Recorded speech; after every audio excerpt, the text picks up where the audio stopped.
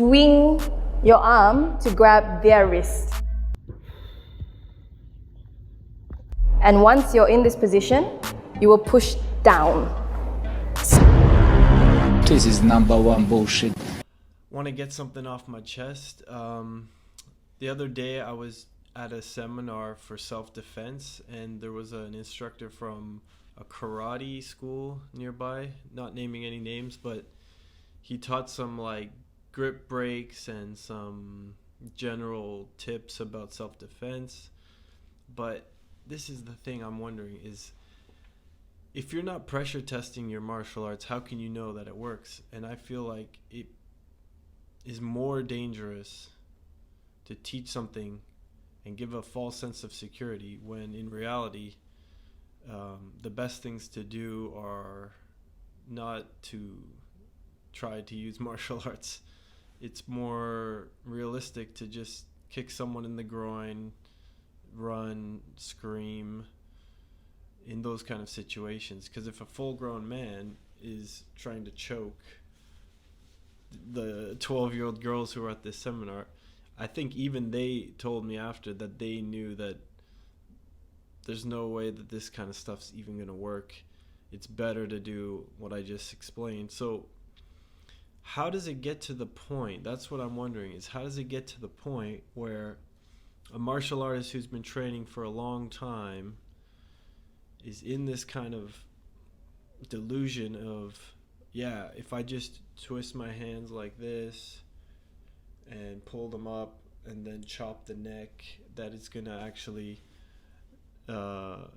incapacitate a full-grown, potentially psychotic or angry or drunk person. You know, it's not in their best interest to learn this kind of stuff. I feel like it's better to go to a gym where they're actually sparring, or they're actually doing anything, jiu-jitsu, boxing, whatever, as long as you're pressure testing and there's some kind of live drilling going on. Because I think in these karate schools or wherever, there's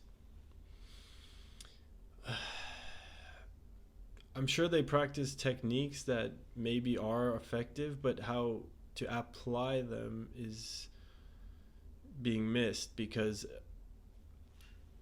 if I learn a technique but I've never used it in sparring, I don't know if it works or when it works and when it doesn't, and I don't know how effective it really is.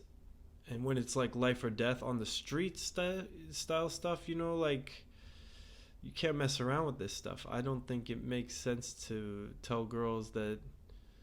I get where they're coming from, like, we want to protect these girls, teach them something is better than nothing. But like, if you learned a few things and you actually think they'll work, maybe that gives you a false sense of security. And that's what I'm worried about, is people brainwashing some, you know, vulnerable people into thinking they're not that vulnerable when they really are.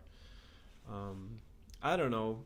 Let me know what you think in the comments. This is just me thinking out loud. I know that Ramsey Dewey on his channel did some, you know, he spoke about this and showed some live drills and tried to use those techniques that some of these female self-defense teachers use, and they didn't work. Like 90%, maybe 99% of the time they didn't work, if any.